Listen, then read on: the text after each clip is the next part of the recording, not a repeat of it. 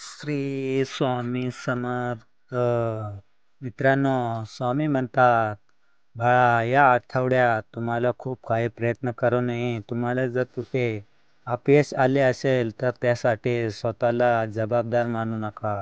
कधी कधी तुमचे नातेवाईक, तुमचे मित्र आणि तुमचे कधी कधी घरातील काही सदस्य तुमच्या विरोधात काहीतरी बोलून बसतात आणि तुम्ही ते मनावर घेता. त्यामुळे तुमचा ताणतणाव वाढू लागतो.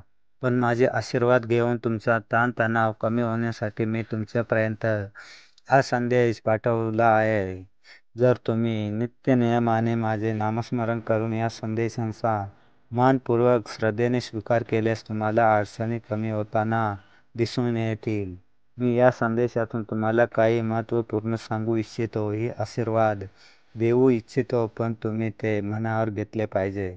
प्रत्येक वेळी जेव्हा तुम्ही नात्यामध्ये खूप काही दुरावा पाहता तेव्हा त्यासाठी कधीकधी तुम्ही कारणीभूत असता.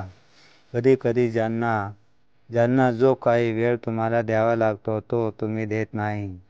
जेव्हा तुम्ही भगवत भक्तीकडे आला आहात, भगवंताच्या मनात, प्रेरणात, सानिध्यात राहू इच्छिता, त्याच्याप्रमाणे तुमचे काही प्रेमळ नाते तुमचाही आनंद प्राप्त करतात.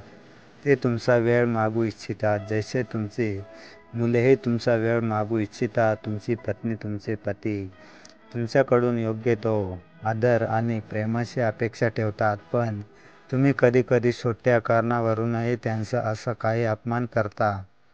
त्यामुळे तुमच्यातील दुरावा वाढू शकतो.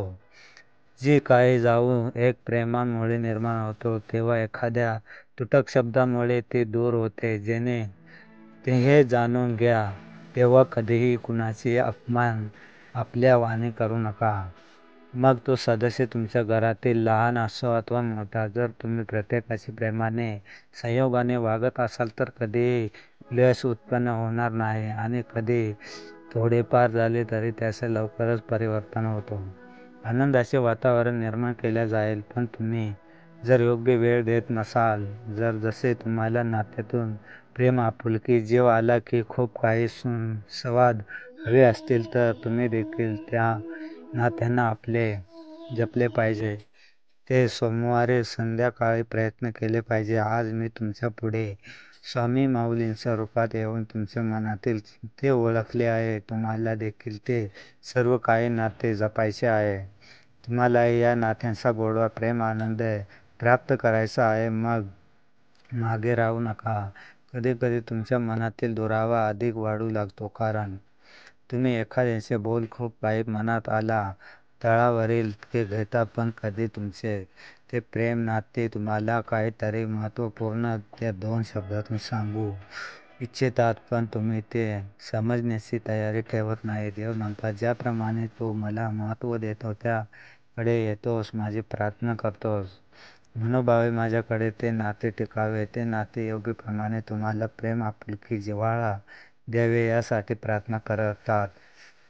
त्याचप्रमाणे त्या नात्यातील सुसंवाद आकर्षित करू इच्छितात, तर मग तुम्ही तेच देणे सुरू करा. मग परतीला तुम्हाला आर्थिक प्रेम, जिव्हाळा, आपुलकीशी प्राप्त होईल. देव म्हणतात, या काही दिवसांमध्ये तुमचे नाते तुमच्याशी असे काही वागत आहे ज्यामुळे तुमच्या मनाला काही वेदना, काही दुःख सहन करावे लागत आहे.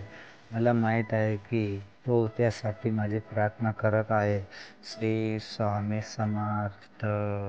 मित्रांनो, व्हिडिओ आवडला असेल तर लाईक करा, शेअर करा आणि कमेंट बॉक्समध्ये श्री स्वामी समर्थ लिहायला विसरू नका. आणि हो, आमच्या स्वामी समर्थ मराठी या चॅनलला नक्की सबस्क्राईब करून ठेवा. धन्यवाद.